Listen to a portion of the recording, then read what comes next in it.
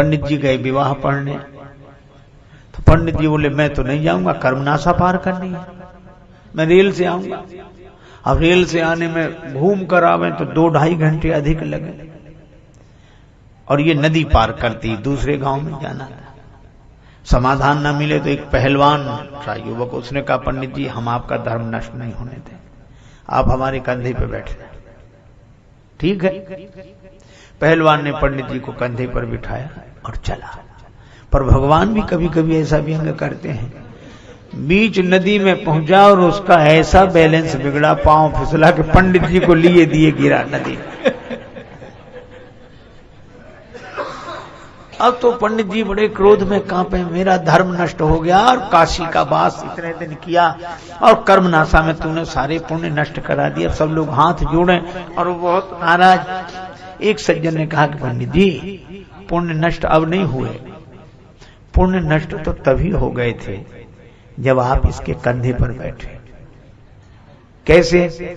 इसके तो पुण्य नष्ट हो ही रहे थे, आपके पुण्य बच रहे थे। तो जो दूसरे के पुण्य नष्ट करके अपने पुण्य बचाना चाहे उसके तो पुण्य नष्ट हो ही गए। पंडित जी थोड़ा शांत हुए, लेकिन एक आदमी ने बड़ी अच्छी बात कही कि कर्मनाशा अपवित्र है। बिल्कुल शास्त्र कहते हैं, हम शास्त्रों की बात मानते हैं, लेकिन ये देखो कि यही नदी आगे जाकर गंगा जी में मिलती है। मैंने देखा कर्मनाशा गंगा जी में जाकर मिल जाती है, और कर्मनाशा में कोई पांव नहीं रखता धर्म की दृष्टि से, शास्त्र की दृष्टि से, लेकिन कर्मनाशा गंगा जी में मिल जाती है तो गंगा स्नान कौन बंद कर देगा? कर्मनाश जल सुरसरी परई, तेही को कहो शीस नहीं धरई। कर्मनाशा का जल गंगा जी में गिर जाए तो कौन शिरोधार्य नहीं करेगा?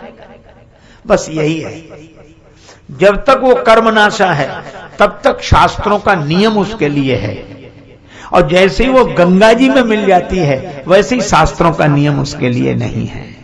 मैं भी आपसे यही कहता हूं, जब हम अपनी वर्ण जाति में रहकर अभिमान रखते हुए उसका पालन करते हैं तो शास्त्रों के नियम पूर्वक चलना चाहिए। लेकिन जिस दिन राम भक्ति जहां सुरसरी धारा, भगवान की भक्ति में हम अपने जीवन को मिला दें, उसी दिन शास्त्रों के नियम हमारे लिए दूसरे हो जाते हैं। पर उसी दिन होते हैं। शास्त्र की मर्यादा है, पर यह शास्त्र से ऊपर, जिसको स्वामी रामानंद जी महाराज वैष्णवाचार्य, उन्होंने बड़ी सुंदर बात कही एक चौपाई में, जाति पाति पूछे नहीं कोई, हरि को भजे सो हरि का होई। और उनका गोत्र अच्युत गोत्र, और कैसे कैसे संत बनाए गए। आप देखो रविदास जी को उन्होंने शिष्य बनाया, माता मीरा जिन्हें गुरु मानते हैं। क्यों? क्या शास्त्र मर्यादा का ध्यान उन्हें नहीं था? लेकिन शास्त्र मर्यादा से अधिक भी भगवान की भक्ति का भरोसा करते थे। पर आज तो विडंबना ये, मिलेंगे लोग पूछेंगे तेरा व्यवहार कितना है, मिलेंगे लोग पूछेंगे तेरा व्यवहार कितना है, मिलेंगे लोग पूछेंगे तेरा व्यापार कितना है, मगर ये कोई नहीं पूछता कि तेरा प्रभु से प्यार। गोपियों पर चल गया था, सांवरिया ने जादू डाला, श्री कृष्ण ने मुरली बजाकर जादू डाल दिया है, भगवान का जादू। ये गोपी भी कहती है राम जी का जादू चल गया। उस सांवरे ने ऐसा जादू चलाया कि अब उसके अलावा कोई दिखाई नहीं देता, अब कुछ अच्छा ही नहीं लगता। यह प्रेमी की दशा है। कहां देख लिया तुमने? राम लखन को फूल बगिया में देखा, राम लखन को फूल बगिया में देखा, हाथ लिए फूल दोना, किशोर गौर सांवरे सलोना, हाथ लिए फूल दोना,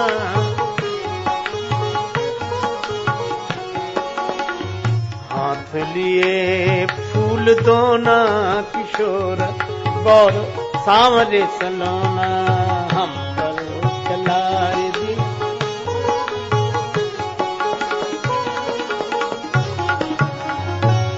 हाथ लिए फूल दोना, भगवान दोना लेकर दर्शन दे रहे हैं। श्री जानकी जी को भी दर्शन दिया, हाथ में फूल दोना लिए हैं। और दोना का अर्थ क्या? मानो भगवान ही संदेश दे रहे हैं कि श्री जानकी जी, हम आप दो दिखाई दे रहे हैं, पर दो ना, हम ये दो हैं ही नहीं। गिरा अर्थ जल बीच सम, कहियत भिन्न न भिन्न, बंदों सीताराम पद, जिन्हीं परम प्रिय खिन्न। और पुष्पवाटिका में तो प्रेम की एक और अनोखी घटना घटी। सखी से संवाद सुना, मन हो गया भगवान के दर्शन का। अच्छा, एक अद्भुत बात है, याद किसकी आई? सुमिर सिय नारद वचन, उपजी प्रीति पुनीत।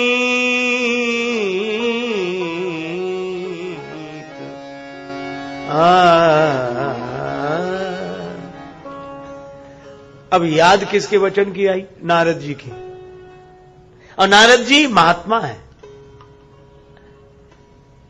आहा, परमात्मा के मिलन का क्षण जिस दिन आएगा, उस दिन महात्मा का वचन याद आएगा। और महात्मा के वचन से जब भगवान में प्रीति होती है तो वह पुनीत होती है। सुमिर सिय नारद वचन, उपजी प्रीति पुनीत। तो क्या नई प्रीति है? ना, प्रीति पुरातन लखई न कोई। देखो, एक बात हम आपसे बताएं,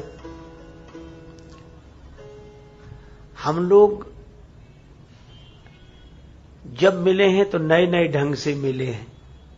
कभी मिले रहे होंगे तो फिर बिछुड़े होंगे, फिर मिले। संबंध ऐसा समझो जैसे किसी नदी में एकत्र हो गए हों तृण वृंद बहते बहते।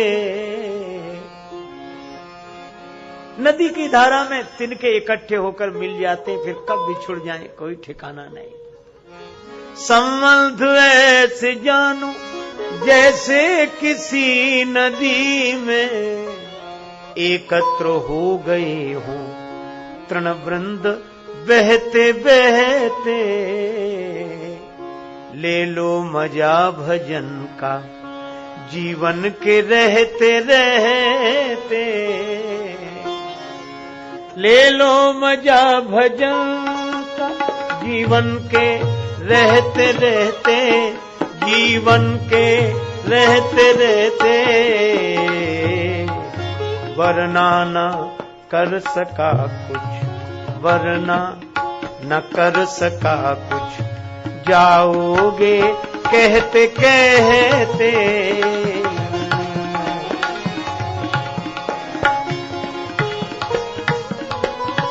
ले लो मजा भजन जीवन के रहते रहते। ले लो मजा भजन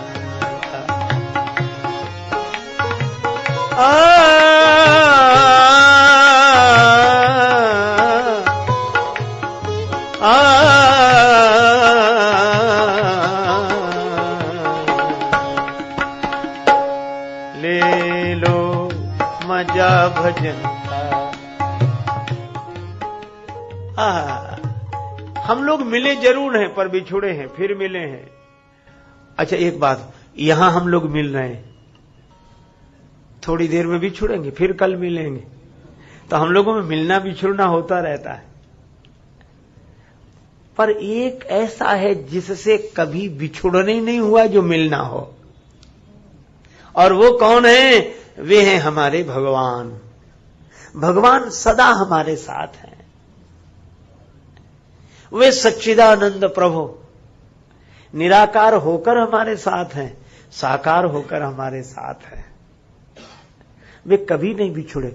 तो देखो, कितना ही कोई प्रेमी हो, कई बार लोग कहते हैं हमारे बड़े पुराने प्रेमी। अच्छा, कितने? 30 साल से हमारा इनका परिचय। मान गए बहुत, 30 साल बहुत बड़ी अवधि होती पुराने। कोई लोग कहते बचपन से हमारे। अच्छा, एक बात आप सोचो, कितना ही पुराना प्रेमी हो, उससे पुरानी प्रीति हो सकती है, लेकिन वह सीमा अवधि ससीम है।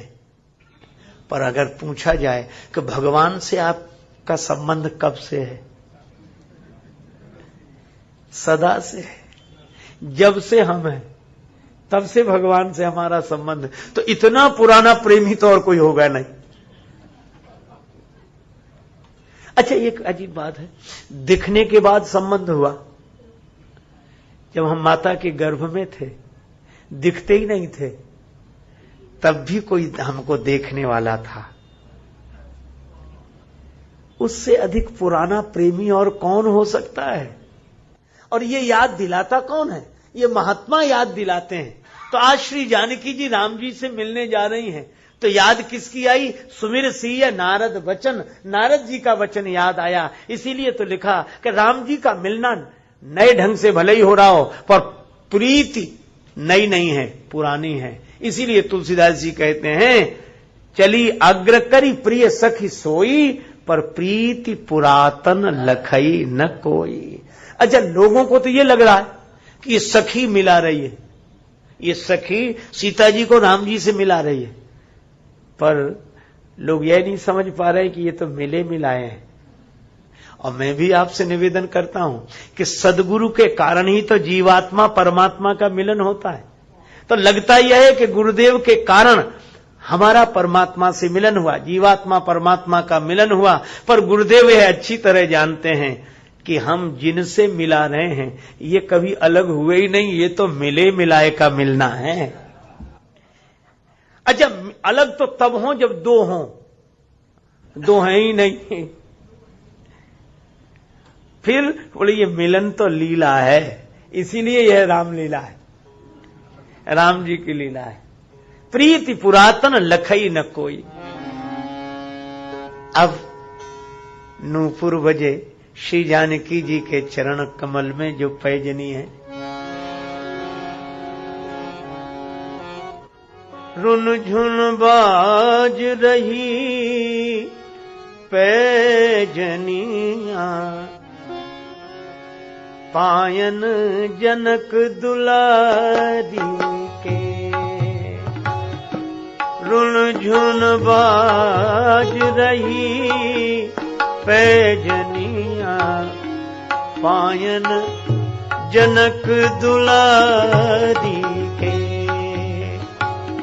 ओ रामा बाज रही पैजनिया, पैजनिया जनक दुलारी के। हो रामा रामा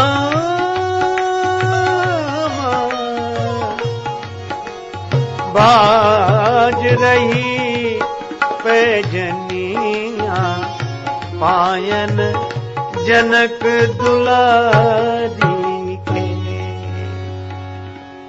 अच्छा भाई, क्या विशेषता है? क्या विशेषता है? जिसके पांव में पैजनी होगी तो घुंघरू नूपुर तो बजेंगे ही, लेकिन एक बात है, इन नूपुरों की बड़ी महिमा है। जो श्री जानकी जी के चरण कमलों में, इनकी बड़ी महिमा। कैसे? अच्छा, अगर कोई पैजनी पांव में बांधकर इधर से निकले तो लोगों का चित्त उसकी ओर आकर्षित कहां से आवा जाए? कहां से? देखो, जो इंसान का ध्यान अपनी ओर आकर्षित करे, उस नूपुर की उतनी महिमा नहीं है। धन्य है नूपुर तो वे जो इंसान का नहीं, भगवान का ध्यान अपनी ओर आकर्षित कर ले। नूपुर तो वे हैं सियाजू के नूपुर मोद भरे। देखो,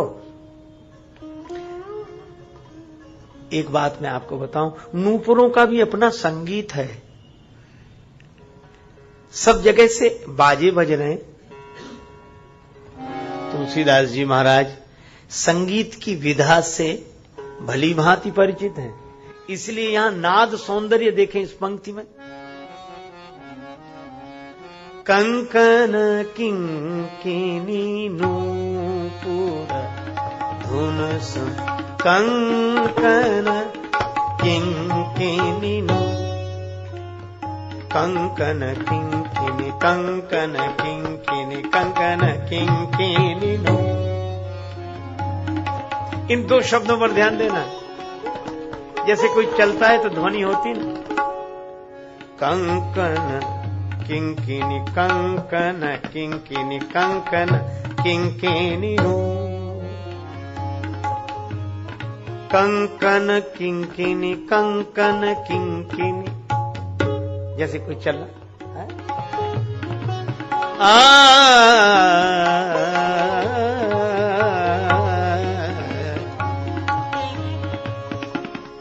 कंकन किंकिनी नूपुर। ये नूपुर में ध्वनि हो रही है, बाजे बज रहे हैं, है ना।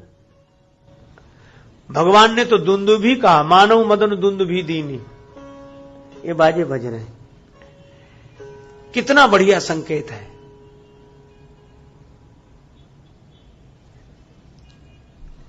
श्री रामचरितमानस में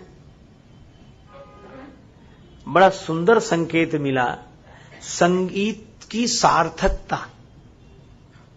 यहां आप देखते हैं लिखा रहता संगीतमय रामायण। आरंभ में कहा भी गया था कि जो प्रसंग हो सो पर संगीतमय रामायण। तो संगीत की सार्थकता कब? नूपुर बजे, बाजे बजे, पर किससे जुड़कर बजे? यह जो पैजनी है किसके चरणों में है? का श्री जानकी जी के चरणों में है, और जानकी जी भक्ति है। का जब भक्ति के चरणों में हमारा संगीत समर्पित होता है तो वह संगीत भगवान के ध्यान को भी आकर्षित कर लेता है। इतनी सी बात है। इसलिए अपने संगीत को भक्ति के चरण से जोड़ दो तो आवाज भगवान तक पहुंच जाएगी। पर हम एक बात है, संगीत उपासना बन जाएगी, संगीत उपासना बन जाएगा भक्ति से जुड़कर, संगीत वासना बन जाएगा जगत से जुड़कर। संगीत सीढ़ी है, दीवार से लगा दोगे तो छत पर पहुंचा देगी, और संगीत कुएं में लगा दो तो नीचे उतार देगी गड्ढे में। तो यह प्रसंग यह भी संकेत करता है कि पैजनी तो श्री जानकी जी के चरण, वहां नूपुर बजे, आहा, तो भगवान का चित्त आकर्षित होता है। तो अपने संगीत को भक्ति के चरणों में समर्पित कर दो। भगवान बोले ये कामदेव नगाड़े बजा रहा है, मानव मदन दुंदुभी दीनी। अब एक अद्भुत बात है, काम की भी अपनी कला है। जब यह समाधि भंग करने के लिए जाता है तो यह भी कलाकारों को साथ लेकर जाता है। काम लेकर गया, सकल असंसर कला प्रवीणा।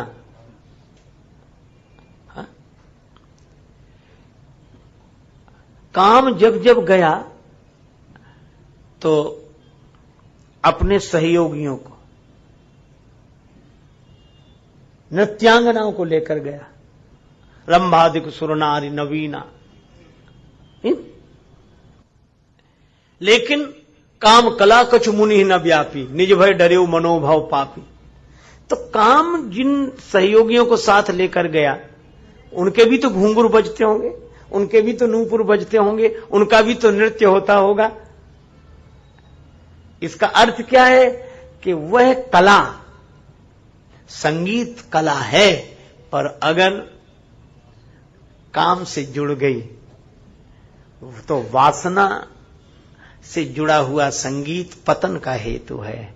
और वह और किसी का ध्यान भले ही आकर्षित कर ले, लेकिन जो भगवान के ध्यान में डूबा है, नारद जी का ध्यान अपनी ओर आकर्षित नहीं कर सका। इसका अर्थ है कि तुलसीदास जी दोनों बातें कहते हैं कि इन नूपुरों के द्वारा महात्मा तक का चित्त आकर्षित नहीं हुआ। जो काम के साथ आई थी नृत्यांगनाएं, जो काम के साथ आई थी, उनके नृत्य के समय उनके नूपुरों से महात्मा तक का चित्त आकर्षित नहीं हुआ। लेकिन जब नूपुर श्री जानकी जी के चरण में होते हैं तो महात्मा की कौन कहे, परमात्मा भी आकर्षित हो जाते हैं। और आज भगवान ने कहा कि काम ही बजा रहा है नगाड़े, काम। लक्ष्मण जी तो कुछ बोले ही नहीं, ये काम आप तक आ जाएगा? भगवान बोले आज आ जाएगा। क्यों आ जाएगा? उसने श्री सीता जी के चरणों का आश्रय लिया है, वहीं से बाजी बजा रहा है। मानव मदन दुंदुभी दीन्ही, और मदन शब्द दिया। मदन का अर्थ मद न, अभिमान छोड़कर भक्ति के चरणों में समर्पित हो गया। काम कहता है, किसी ने पूछा कि तुम राम जी के पास जा रहे हो तो भक्ति के चरणों का आश्रय लेकर अभिमान छोड़कर क्यों जा रहे हो? काम ने कहा कि हमारी महिमा यह है कि को जग काम नचाव न जेहि। कौन दुनिया में ऐसा है जिसे मैंने न नचा दिया हो? को जग काम नचाव न जेहि। इसलिए मुझे बड़ा अभिमान था, लेकिन आज अभिमान नहीं रहा, मैं मदन हो गया। मद न, अब अभिमान नहीं रहा। क्यों नहीं रहा? बोले मैं उनकी शरण में जा रहा हूं। किनकी शरण में? बोले मैं सारे संसार को नचाने वाला हूं और वो मुझे नचाने वाले हैं, इसलिए अभिमान छोड़कर उनकी शरण में जा रहा हूं। काम सारी दुनिया को नचाता है और राम जी काम को नचाते। जनकपुर में ही नचाया, काम घोड़ा बन गया। भगवान उस पर बैठ गए और भगवान ने जब जात नचावत चपल तुरंगा, और घोड़ा बना कौन? बाज वेश जनु काम बनावा, जनु बाज वेश बनाए मन से। तो भगवान बोले मैं समझ गया ये काम नगाड़े बजा रहा है। इसका अर्थ काम, कला, संगीत बुरा नहीं है, अगर भक्ति के चरणों से जुड़ जाए तो भगवान तक पहुंचाने वाला है। लक्ष्मण जी चुप रहे। किसी ने कहा कि उपदेश करो, उपदेश, कुछ उपदेश। लक्ष्मण जी तो वैराग्य है और वैराग्य को बोलना चाहिए, पर यहां लक्ष्मण जी मौन है। लक्ष्मण जी क्यों मौन है? का लक्ष्मण जी इसलिए मौन है, लक्ष्मण जी कहते हैं अगर राग आ रहा होता तो वैराग्य बोलता, राग आ रहा होता तो वैराग्य बोलता, पर श्री जानकी जी के रूप में राग नहीं, यह तो अनुराग आ रहा है, इसलिए वैराग्य मौन है। वासना हो तो वैराग्य कुछ बोले, और अगर भक्ति है, उपासना है, तो वैराग्य मौन होता है कि यहां दो हैं ही नहीं तो हम बोले काहे को? प्रभु बोले तो कुछ, तो लक्ष्मण जी बोले चलो आपको लताओं की ओट में ले चलते हैं। ले गए लताओं की ओट में, सजा दिया आज भगवान को। मोर पंख लगा दिया, कुंचित केश राशि में अधिखिली कलियां गुम्फित कर दी। इतना सुंदर स्वरूप भगवान का। देखऊ लतन ओट देखऊ, देखऊ।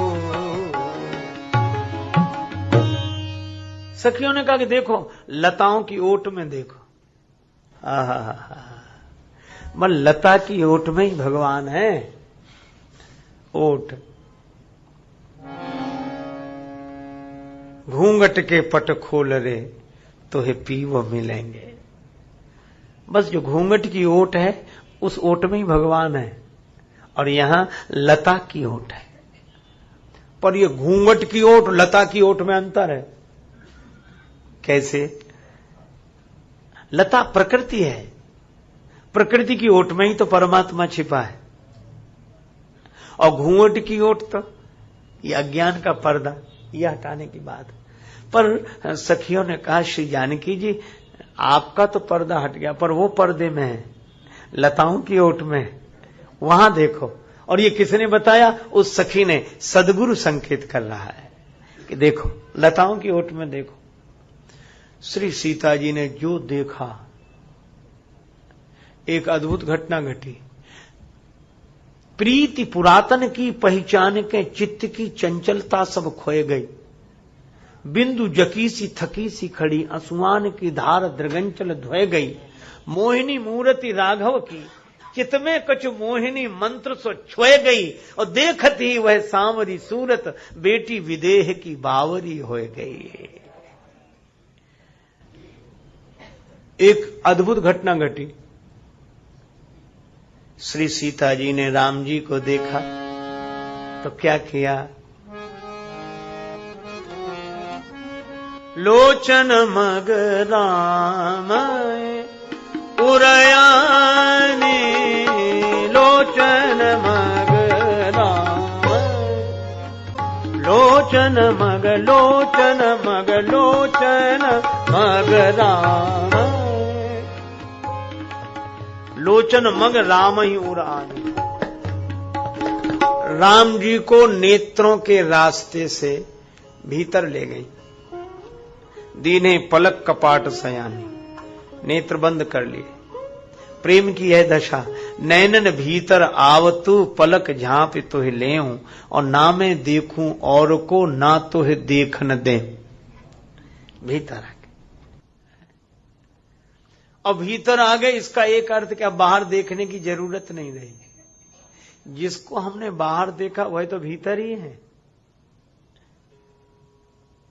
जो उस सांवले को सदा ढूंढता है, उसे एक दिन सांवला ढूंढता है। जिसे ढूंढने का अमल पड़ चुका है, वो उस ढूंढने में मजा ढूंढता है। अरे दिल जिसे कुल जहां ढूंढता है, वो तुझ में तू उसको कहां ढूंढता है? वो तुझ में तू उसको कहां ढूंढता है? न पूछो पतित बिंदु क्या ढूंढता है, पतित बंधु जी का पता ढूंढता है। वो तुझ में। श्री सीता जी आंख बंद करके, यही है, यही है। अच्छा बोलो, यह ज्ञान की स्थिति, प्रेम की स्थिति। प्रेम में दूरी रही नहीं जाती। अरे वे यही है। यह है प्रेम का रस। जिस प्रेम की पूर्णता की यही पहचान है कि जिसको हम बाहर पाना चाहते हैं, उसकी अनुभूति भीतर ही हो जाए। यही है, यही है। और इसीलिए भक्तों ने भी यही कहा है, केवल ज्ञानियों ने ही नहीं। ज्ञानी महापुरुष तो आत्मन्यो वात्मना तुष्टा, वो बाहर वाले से उन्हें मतलब ही नहीं। इसलिए ज्ञानी लोग अपने तरह से बोलते हैं, अलमस्त स्वभाव के होते हैं। और इसलिए कबीरदास जी की तरह बोलते हैं, भली भई हरि बीसरे, सिर से गई बलाए, और जैसे के तैसे रहे, ना कछु आए न जाए। बोले न बाहर न भीतर, न भीतर न बाहर। फिर बोले बस जो है सो है कहो तो नहीं, नहीं कहो तो है, और है नहीं के बीच में जो कुछ है सो है। तो आप अपनी बात कहो, परमात्मा भीतर की बाहर। बोले हम तो एक ही बात जानते हैं। क्या? बोले न भीतर की बात कर रहे, न बाहर की कर रहे हैं। फिर न परमात्मा की कर रहे, न आत्मा की कर रहे हैं, न जगत की कर रहे, न जीव की कर रहे हैं। फिर किसकी बात कर रहे हैं? बोले हमें तो एक ही बात लगी, हम ही थे भूले, हम ही में भूले, हमें ढूंढने हम ही चले, हम ही ने खोजा, हम ही ने पाया, हमें मिले तब हम ही मिले।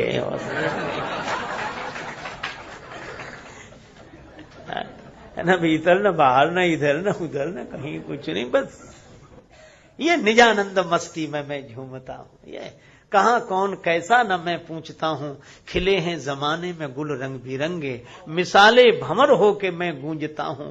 गुजिस्ता जमाने में थे कर्म जितने, उन्हें ज्ञान होली में मैं फूंकता हूं। न जीने की इच्छा न मरने की चिंता, कजा से निडर हो के मैं घूमता हूं।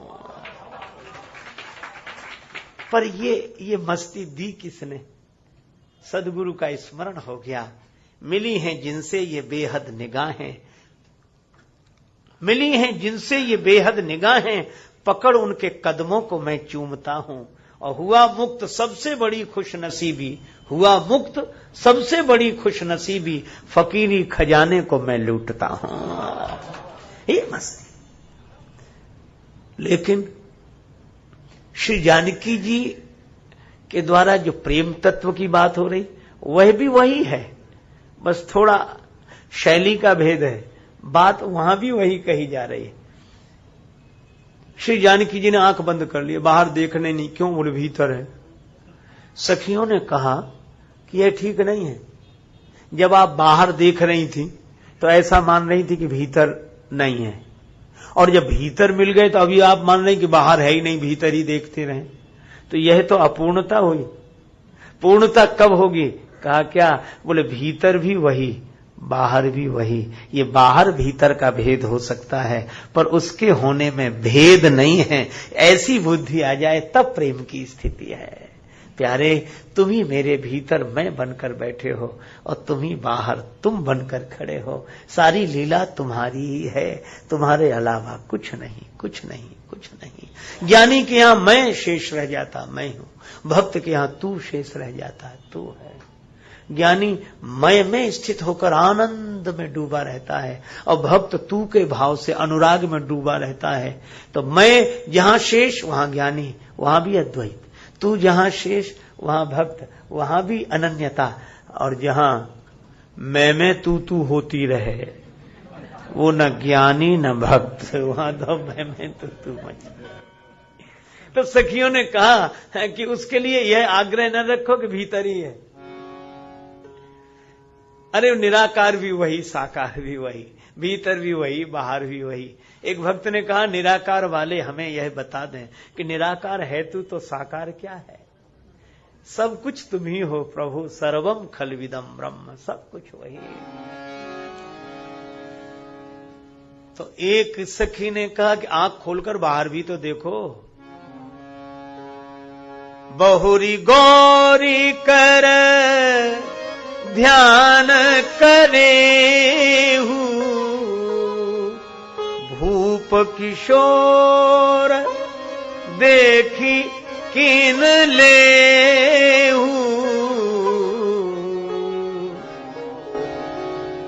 अब सखियों ने थोड़ा प्रेम में, ये प्रेमियों की शैली ऐसी होती, कुछ कहना होता कुछ कहते हैं। अब सखियां भी जानती कि ध्यान किसका हो रहा है। श्री सीता जी राम जी का ही तो ध्यान कर रही, पर सखियां कहती हैं श्री जानकी जी से, किशोरी जी ये गौरी माता का ध्यान बाद में करना। अब गौरी माता का तो ध्यान है नहीं, पर ये प्रेम की भाव भाषा है, विनोद है। बहुरी गौरी कर ध्यान करे हो, ये गौरी माता का ध्यान बाद में करना, पहले आंख खोलकर इन्हें देख तो लो। भूप किशोर देख किन ले हो। अब सीता जी भी समझ गई। तुलसीदास जी शब्द लिखते हैं, सकुची सी तब, संकोच के साथ, नयन उघारे। तो क्या दिखाई दिया? सन्मुख दो रघु सिंह निहारे।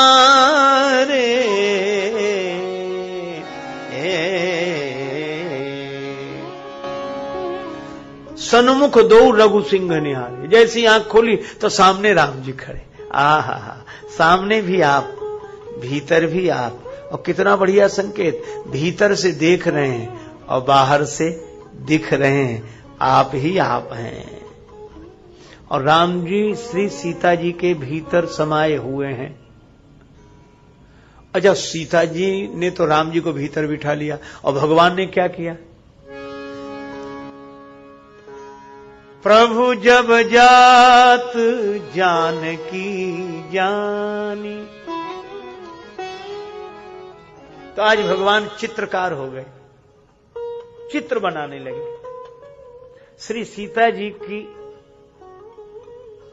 मूर्ति अपने चित्त में अंकित कर ली, चित्र के रूप में। लेकिन किस स्याही से? परम प्रेममय मृदुमसी कीन्ही। अब यहां भी वही प्रेम तत्व है, प्रेम ही नहीं कहा, परम प्रेम, परम प्रेम। चलो इसका भी अर्थ हम लोग समझ लें, तुलसीदास जी क्या कहना चाहते हैं। देखो, श्री राम जी और भरत जी मिले चित्रकूट में। तो वहां भी प्रेम नहीं, परम प्रेम शब्द है। परम प्रेम पूरन दो भाई, परम प्रेम है। स्थिति कैसी है? मन बुद्धि चित अहमिति बिसराई। मन बुद्धि चित्त अहंकार, ये चारों अंतःकरण से ऊपर उठ गए। अहम इति, यह भी भाव नहीं रहा। यह है परम प्रेम की दशा। दो नहीं रह गए, अहंकार रह ही नहीं गया। यहां भी दो नहीं रह गए। इसलिए भगवान ने श्री सीता जी की मूर्ति चित्र के रूप में अंकित की। स्याही कौन सी?